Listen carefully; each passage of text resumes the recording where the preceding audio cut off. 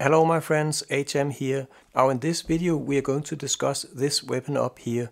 It's a mystery to me that nobody are talking about it. I discovered it 1 week ago, more or less coincidentally, but it's the only weapon actually that NATO got that can stop the Russian glider bombs directly by shooting down the Russian airplanes that are trying to drop them on the Ukrainian front lines.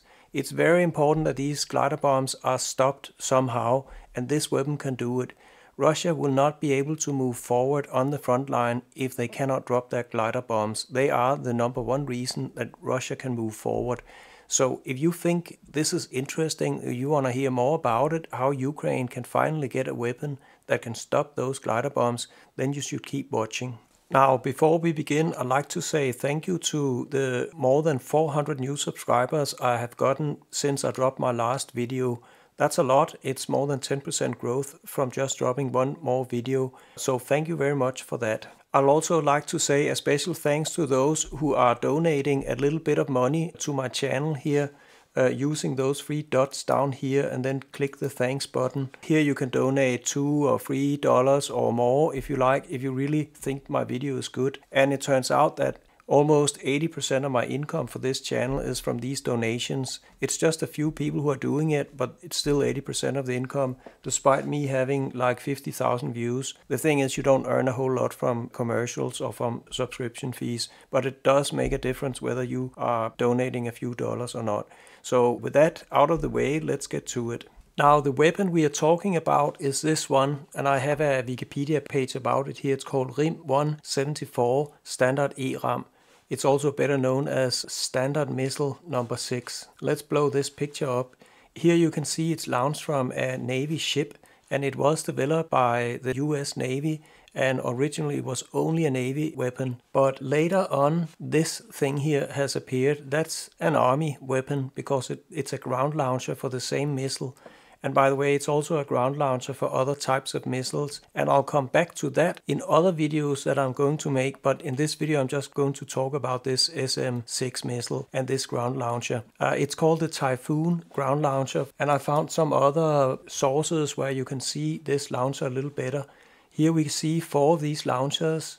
And here's a control unit. I expect this is a control unit that controls these launchers. And also I found the documentation at the manufacturer's website where we can really see how this is. They say it comes in different variants. They have a naval variant where it's basically a 30-foot container that contains this launch system. And this is a great thing because normally this missile is quite large. It requires an almost 8-meter tall launcher and it has to be launched vertically. So far only the largest Navy ships have been able to have a vertical launcher on the deck of the ship. But the smaller ships now with this system here, which is a container, can just have a container on the deck, and then out of that container it can erect this launcher so it can be launched vertically. And here you can see it. It's either in a container form that can be put on a small Navy ship or a commercial ship for that case that you can then arm this way.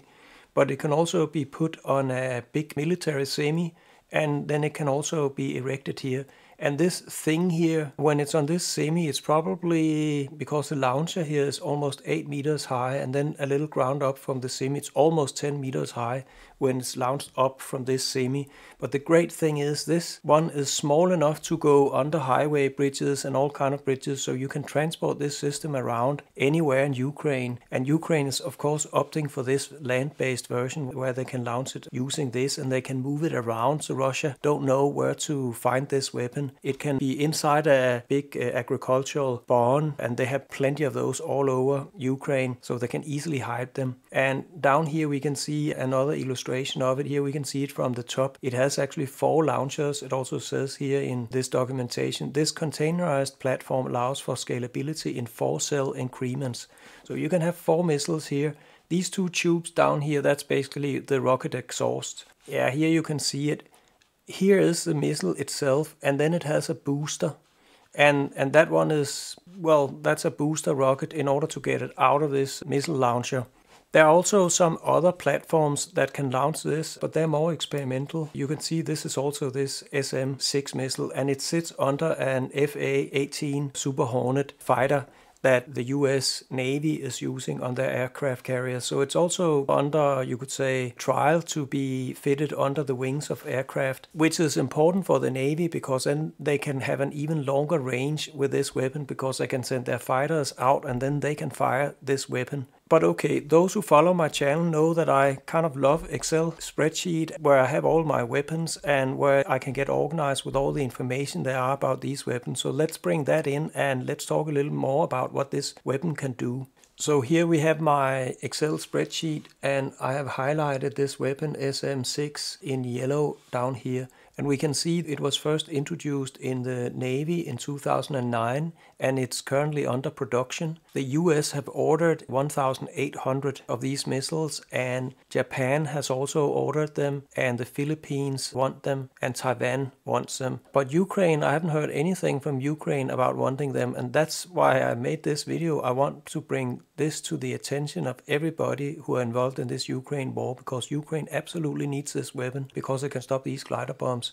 You can also see it's quite expensive missile. It costs $5 million for each of these missiles. That means it will cost $50 billion to build 10,000 of them. I'd say NATO needs 10,000 of them. They are quite pricey, these missiles, but you have to consider what they can do. They can shoot down a Russian helicopter that will cost at least $20 million for the Russians, or it can shoot down an aircraft that will cost at least $80 million for Russia. But you should not use these missiles to shoot down Russian Shaheeds or even their cruise missiles because it's simply too expensive for that. But definitely aircraft, that's what it should be shooting down. And also the range of this weapon is what makes them truly special. They have 370 kilometers range, and if you look at the Patriot missiles, they are right up here. The longest range Patriot missile in production is this Skyceptor, which has 180 kilometers range. That's not enough to down the Russian aircraft that are dropping glider bomb,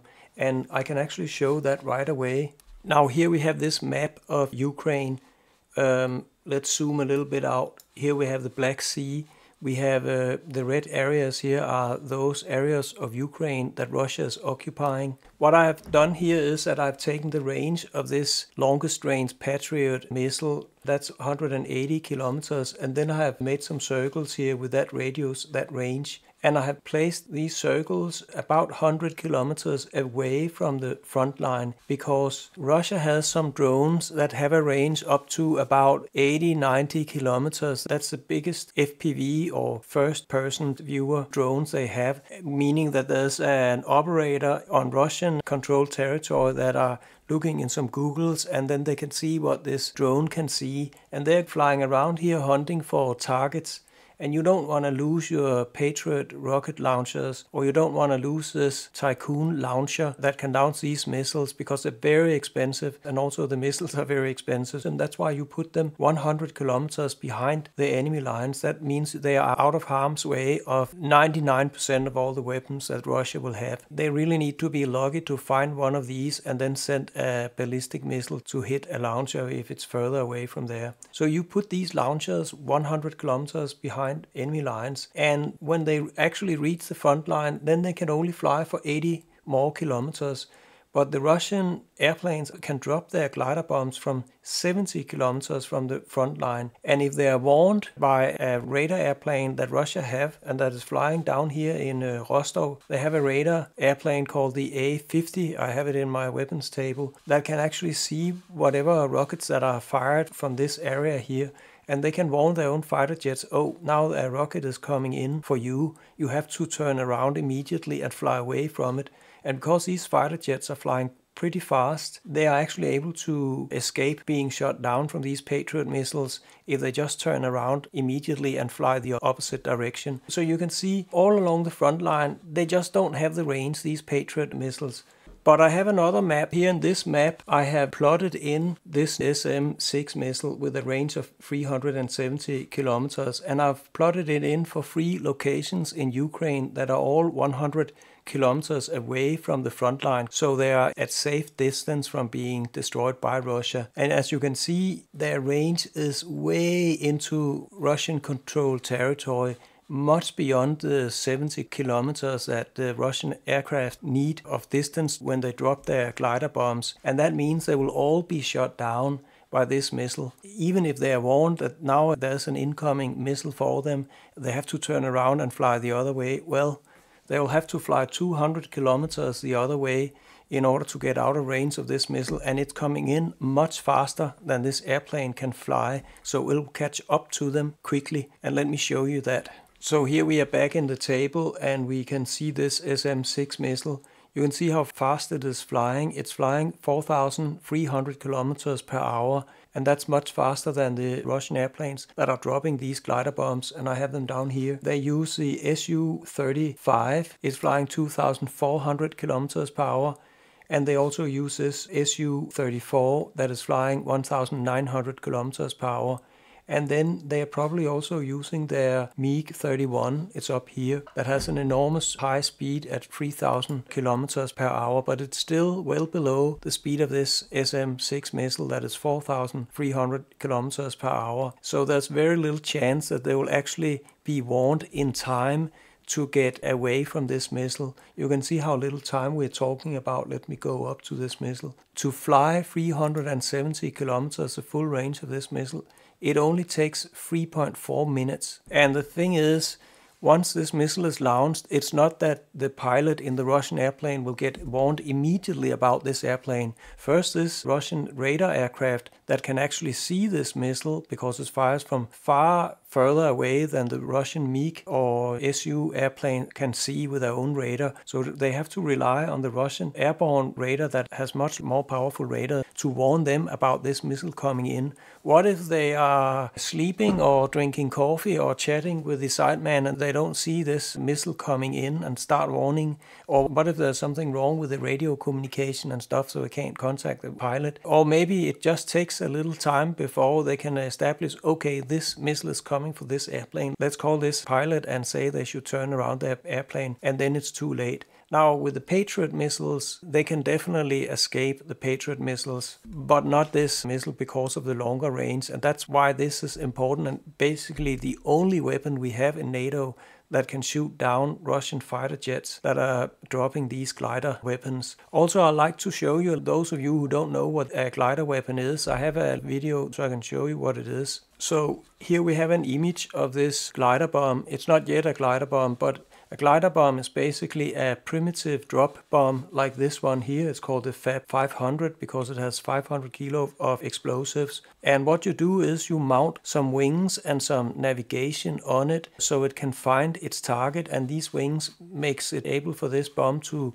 glide a lot longer than if you just drop it in that form that it has here. You put wings on it, it can glide for 70 kilometers. And let's see how that functions. I have a video of it right here. Now here we can see the same bomb and this kit that has wings and navigation strapped onto this bomb with some sleeves, or what you call it in English. And then there's a detonator here that has been put on the nose. So let's play the video.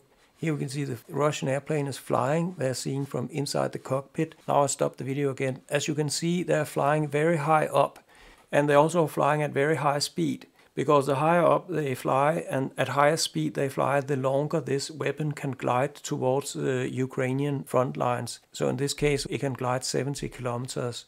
And let's see it. Now it's dropped. And then here we can see that these bombs are falling down, and here the wings have folded out. And then it simply glides towards its target. So that's how they function. And because they're so big, like 500 kilo explosives, they will make a massive explosion. They can take down large buildings or bridges. And they don't actually have to be so precise because the explosion is so big. They make a crater of like 20 meters. So it doesn't really matter if you're sitting in a trench that has some concrete structures to reinforce it. It will all explode and you all die there. And that's why Russia is able to move forward on the front line. They drop a lot of these bombs on the front lines, and then they send in their own troops after they had made a lot of destruction among the Ukrainian troops. And how many are Russian dropping every day of these weapons? Now they are dropping more than 100 of these weapons every single day. That's over 3,000 every month. Times that with 12 to get on a year, it's close to 40,000 of these bombs that are massive. That's very important, and also Russia didn't have these weapons to begin with in the war. They only had a very few of them, could only drop like 1 or 2 per day. Now it's 100. What will it be half a year from now? Will it be 200 per day? We need something to stop these weapons, or Ukraine will simply lose the war. It's that dire. So we have to give Ukraine these missiles, and it's all up to Biden. He has a weapon. He can just sign a letter and get this stuff shipped to Ukraine to help the Ukrainians win this war against Putin. Now I want to go back to this table where I have my weapons, and then I'm going to show you something. I also have this target acquisition, and I have navigation system, and all kind of information is plotted into these cells in this spreadsheet. And if I look at terminal homing systems, that's on the final approach to the target. That could be a Russian helicopter or Russian aircraft. How does it find that target? Well, here it uses semi-active or active radar. First, it will use a semi-active radar. That means the target has to be lit by a more powerful radar that is coming from somewhere else. It could be a ground radar or it could be an airborne radar. And then when it approaches like 10 kilometers from the target, then it has its own radar. That's an active radar where it can illuminate the target itself with a radar signal and get that signal back, and then it homes in on the target. But as you can see, it has this range of 370 kilometers, and I just told you that it can only see the target more or less itself when it's within 10 kilometers or so from the target. So how does it actually find the target? Well, it has a data link here where it gets instructions where to fly. And where does it get that instruction from? Well, it gets that instruction from a radar airplane or from a ground-based radar. But there's a problem with ground-based radar, and that is if the Russian airplane just dives down and fly low over the ground, then it will disappear from a ground-based radar, but it cannot disappear from an airborne radar. So therefore, Ukraine needs an airborne radar. And it also needs an airborne radar that has the range to track the Russian airplane well within the distance from this missile. That would be the 370 kilometers, but also give the radar airplane that is an easy target to shoot down. It has to be further away from the front lines in order to itself not be shot down. So it actually has to be 220 kilometers behind the front line. So what kind of radar airplane can Ukraine have to direct this SM-6 missile? Well, I also have all these aircraft there down here under Air Force weapons. There's of course the old AWACS airplane that you probably heard about. Then there's the Boeing E-7 Wedgetail. That's a replacement for AWACS. But there's a much better one. It's this one. It's the Navy airborne radar that's called the Hawkeye. And there's also a ground-based version of this Hawkeye system that has even more hours that it can fly. It can fly for 8 hours. Whereas the Navy version that can take off and land on US carriers, it has to build more structure into that airplane because it needs this enormously powerful acceleration and also deceleration when it takes off from an aircraft carrier or also land on an aircraft carrier. So it has to be a much more robust airplane, and they have to put more structure in the plane so it doesn't break apart when they do these launches and landings of the airplane. With a ground airplane that can launch from an airbase on land, it can take the time to get into speed on a longer starting lane or landing lane. So it does need all that structure in the airplane. Plus, the aircraft carrier type will have to have some wings that can fold in so it can be taken down under deck and not take up a whole lot of space with some enormous wings that sticks out. But I have a little video I'll show you about that. Now here we have this video. Here you can see the airplane Hawkeye, and here the wings are starting to fold out. That's what I talked about. There's another airplane behind it that has some other wings. That's not this aircraft here. It sits in front of it. I muted the sound just to be sure that there are no copyrighted music or anything. Here we have it, and here it takes off from an aircraft carrier. And by the way, you can see on an aircraft carrier there's a catapult system that can propel the aircraft forward because it has a wire that is attached to the front wheel of the aircraft, and then it pulls the aircraft very hard ahead so it can get into speed on this very short landing lane that is on a carrier. And the same thing when it lands, it actually attaches to a hook that then slows it very fast so it can also land and get to a standstill. But here we see it takes off. But that's a little sidestep. All I wanted to say is that this airplane here is needed in order to use this SM6 system. And I can also show you why. Here I have plotted in 640 kilometers. That's the range that this Hawkeye system has. And if you place a circle with that radius and you place this airplane right here, then you can see it can see everything it needs to see. It covers all of the front line, both up here with the border to Russia between Ukraine, but also here along the battlefront lines that Ukraine has with Russia in the occupied territories. It plenty cover all of this distance. And also, if you place this Hawkeye airplane right here, so it circulates right here, then it's also more than 220 kilometers away from any front line, and that means it's out of harm's way from Russian SAM anti-aircraft missiles that could be fired at it. They won't be able to reach it. So that's why they need this Hawkeye. So Biden also has to authorize that Hawkeye is sent to Ukraine. But it's not that Ukraine doesn't have any airborne radar and control aircraft at all. They actually do, because Sweden has sent 2 such aircraft to Ukraine. Let me bring it in just to show how that is. You can see down here there's an aircraft called Saab 340. That is a radar and control airplane that in principle could direct these SM6 missiles towards their target. But the problem is it only has 400 kilometers range, and that's not enough. Now here we have the 400 kilometers range for this aircraft, and that's the outer circle here. And we place the Saab aircraft in the same spot as the Hawkeye because that's a safe spot where it's 220 kilometers from all the front lines. It's 220 kilometers away from this tip here of the front line and also from up here with the border to Russia. So it's out of harm's way from any SAM anti-aircraft missiles that Russia could send at them. But the problem is the 400 kilometers of radar up here where the bulk of the fighting is going on and where most of these glider bombs are being dropped, the radar simply is not going far enough at 400 kilometers. It's right on the front line really, and Russian airplane can go in undetected and drop their glider bombs on those Ukrainian front lines. They won't be at danger from this SM6 missile because it can't be launched because there's no direction from this aircraft here. They need the Hawkeye to get the full coverage so they can direct this SM6 missile towards these airplanes also on this front line. And you can see if we move the Saab aircraft closer to this front line, if we move this circle closer here, well, then a SAM battery could be set up here and basically shoot it down. Then it will be within range. It will be too risky. It has to stay here. So that's how that is. So one question one could have is how many of these Hawkeye should Biden sent to Ukraine so that Ukraine can have 24/7 radar coverage of all of their front lines and can also shoot these SM6 missiles? Well, they only need to operate the airplane in this spot here. Then they have coverage over all of this area. A typical US aircraft carrier has 4 of these Hawkeye airplanes. That's enough for them to have full coverage, but they only have an operating time of about 6 hours, so 4 times 6, that's 24 hours.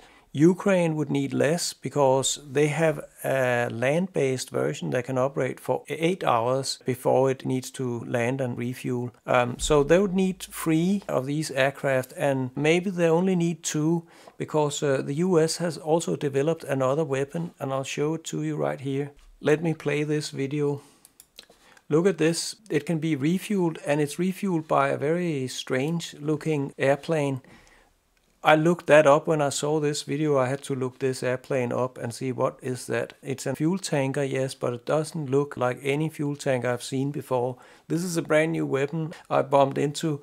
It's a stealth fuel tanker that can launch from an aircraft carrier or from land, and then it can tank this Hawkeye or any airplane that got the ability to refuel mid-air. And that means this Hawkeye can easily be operated for 12 hours at a time, and then Ukraine will only need 2 of them to have 24/7 coverage of all of the front lines from Ukraine, and also be able to launch missiles and direct these missiles against Russian air targets, helicopters and aircraft. And also, this is an experimental airplane still, but I think it is operational, very much so. You can see here it's flying and doing its job quite well. And also the first flight was 5 years ago. Again, let me bring this table in here. Let me see where I have it. It is this one. It's called Boeing MQ-25, and it's an unmanned stealth fuel tanker.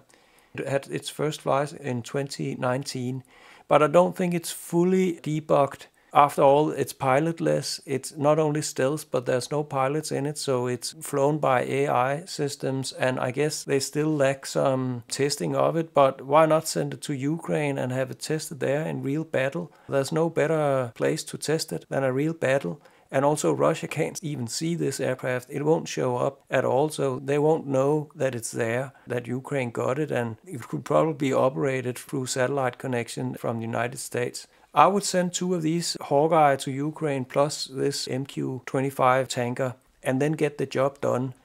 Now the problem with this SM-6 missile is that United States don't have a whole lot of them, and also they're not producing enough of them.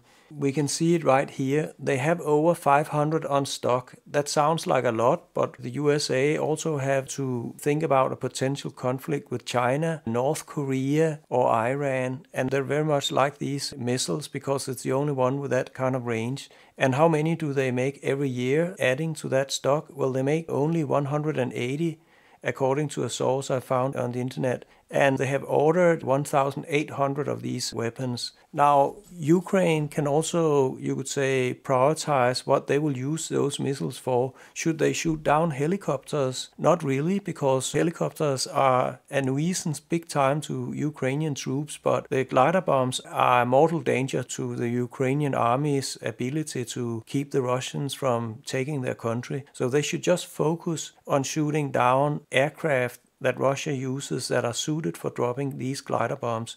Unfortunately, Russia only have, it's down in my table further down, but my video will be too long if I have to go down and show you exactly which aircraft it is and how many they have of them in operating status. But trust me on the word, I've counted them, and Russia has about 400 aircraft, including strategic bombers that are suited for dropping glider bombs on the Ukrainian front line. So if Ukraine just get 500 of these SM-6 missiles plus 2 Hawkeye plus that fuel tanker, then they can get the job done. I think there are plenty of this launching system. The US have at least 30 of those, and Ukraine basically only need 3 of them. I showed that previously in my video, that they could put these launch systems just in 3 places in Ukraine, and then they basically got it all covered. So that's what Ukraine need, 500 of these SM-6 missiles, and then the war will completely change, because Ukraine will be able to shoot down all of Russia's airplanes that can drop these glider bombs, and that will be a game changer for sure for Ukraine. But I think my video is getting long enough as it is, and there are so many other videos I'm going to make. I have a forthcoming video where I'm basically making a war strategy that I know United States have asked Ukraine to make for how they will proceed in this war. Well, I have a war strategy that shows what kind of weapons exactly Ukraine should get from United States and Europe, and what it will take, and what kind of permissions they should have with these weapons to bomb targets also in Russia, and then they will win. And I'll put all the facts down, and I'll calculate kill ratios and so forth for it. I haven't seen anybody else put out a detailed strategy about how this should be done, so I'll make a video about it, and that's forthcoming. So if you want to see that, subscribe to my channel. Also give me a like if you want to help me a little bit, and also if you have any comments about this video, if there's something I forgot or something, put it down in the comment section. And then of course, if you're really happy about this video, make a little donation so that I also get something out of this very hard work I have here. I've invested a lot of hours creating this table. But okay, that's all I have to say. I wish you a great life in freedom and democracy. Goodbye.